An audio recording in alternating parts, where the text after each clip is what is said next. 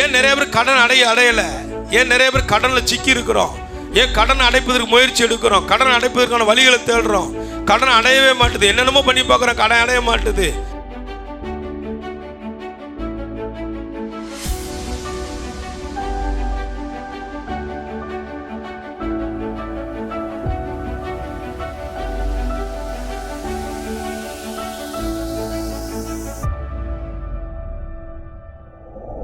ஏன் நிறைய பேர் கடன் அடையல?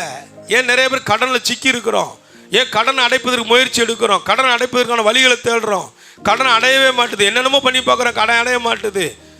என்னென்னமோ வேலை செய்கிறோம், பகல் முழுதும் வேலை செய்கிறோம், ஓட்டி செய்கிறோம், ஞாயிற்றுக்கிழமை வேலை செய்கிறோம், இப்படி எல்லா நாட்களும் தொடர்ந்து வேலை செஞ்சு சம்பாரித்து பார்க்குறோம். ஆனால் மனசில் நிம்மதி இல்லை, மனசில் ஒரு ஆறுதல் இல்லை. ஏன்? அடிப்படை காரணம் என்ன? கர்த்தருக்குரிய தேவனுக்குரியது தேவனுக்கு, மனுஷனுக்குரியது மனுஷனுக்கு. ஆமே. இதைத்தான் இயேசு சொன்னார் சீசர்களுக்கு, கொடுங்கள் அப்பொழுது உங்களுக்கு கொடுக்கப்படும், அமுக்கி குலுக்கி சரிந்து விழும்படி மனிதர்கள் மடியில் நன்றாய் கொட்டுவார்கள். நீங்கள் எந்த அளவினால், திரும்பவும் சொல்லிட்டார், திரும்ப வேற மாதிரி சொல்றாரு, நீங்கள் எந்த அளவினால் அளக்கிறீர்கள். நிறைய எதிர்பார்க்காதீங்க. நிறைய விதைச்சா நிறைய எதிர்பாருங்க, கொஞ்சமா விதைச்சா கொஞ்சமா எதிர்பாருங்க. கர்த்தர் சொன்னார், நீ எந்த அளவினால் அளக்கிறாயோ அந்த அளவினால் தான் திரும்ப உனக்கு அளக்கப்படும் என்றார். நம்ம தேவனுக்குரிய தேவனுக்கு கொடுக்குறோமாங்க?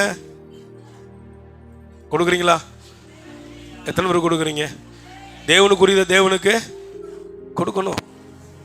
நான் சொல்றேன், இந்த கால வேளையில் பரிசுத்த ஆவியானவர் எலியாவை போல இன்றைக்கு உங்கள் முன்பதாக ஒரு எலியா தீர்க்கதரிசியை போல இந்த குட்டி எலியாவின் மூலம் உங்களுக்கு சொல்றாரு. என்ன சொல்றாரு? தேவனுக்குரியதை தேவனுக்கு கொடுங்கள்.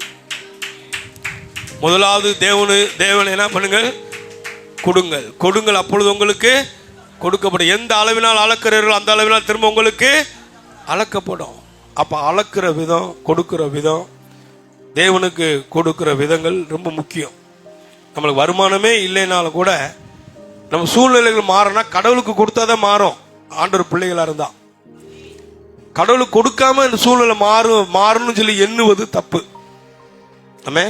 கடவுளுக்கு கொடுக்கிறப்ப தான் நம்மளுடைய சூழ்நிலைகள்லாம் கூட மாற ஆரம்பிக்கும். பாருங்க, கொஞ்சம் கடன் பிரச்சனை மாற ஆரம்பிக்கும், சாபம் மாறும், தரித்திரம் மாறும், பற்றாக்குறைகள் மாறும், இல்லாதவையெல்லாம் நம்மளுக்கு வரும்.